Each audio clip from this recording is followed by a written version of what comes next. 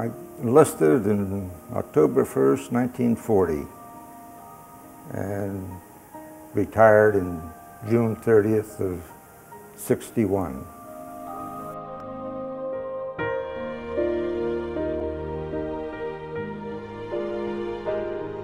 We hauled nuclear weapons for these services.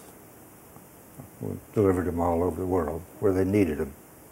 Oh yes, you had to have a top secret clearance to be in the organization. So you transported nuclear weapons to theaters of operation all over the world where they might be needed. Right. But my first experience with it was in 1952. Could you describe what happened? I was on a flight from Seattle coming back to Sacramento, and it was between 10 and 12 midnight.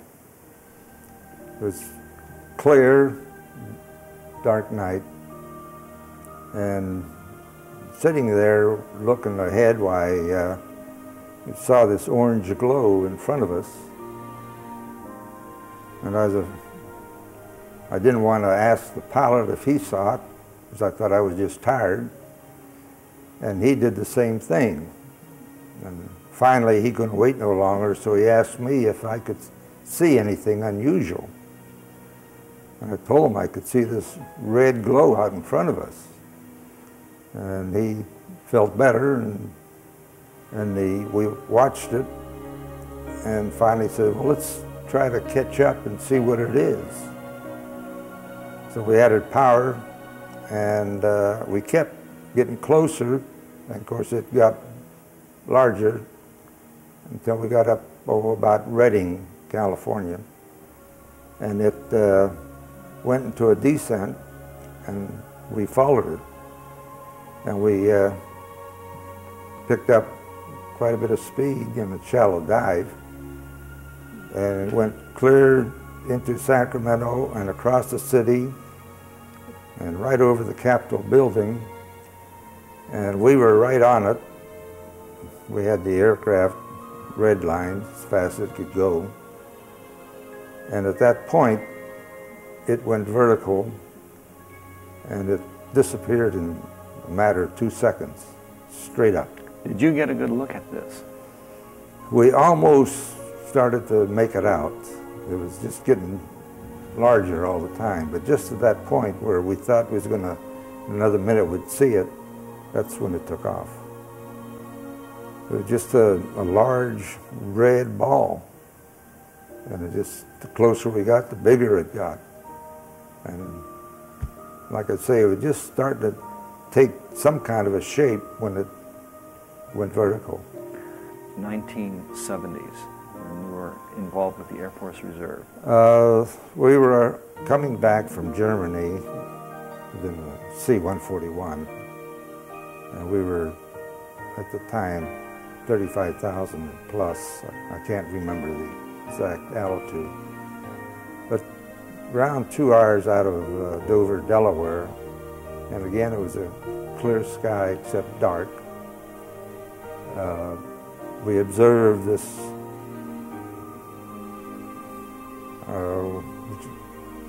object on a radar screen, and we had two of the scopes on board. Pilots had one, and navigator had one, and it was on both of them. It would come directly at us, but we could not see it visually, and then it would turn off. And it made several passes at us. In fact, one time it came directly on our nose and so close that the pilot took evasive action. At the same time, there was a civilian 747 off to our right that we could see. So we contacted him, and the pilots talked back and forth, and they were seeing the same thing we were seeing. And they couldn't figure it out. And we called the controllers in the States, and they had nothing on their screen. So all they said was to report when we landed. We went in and we made it. There was pilot, co-pilot, navigator, and 2 flight engineers. And the pilot wrote up what we saw, and we all signed the statement and turned it in, but that was the last we ever heard. The only one I recall is the second flight engineer. His name was Lau Hobart. Roughly around 1957, 58. Yeah, that's about when it had to be. Seen just about every day when the weather was clear. This was the summer months. We could look up at a certain spot and we would see this round object. We couldn't make it out, it was too high. And it was always just before dusk settled. And as it started to get dark, objects would tumble out from all around it. There's, at least 6, possibly more.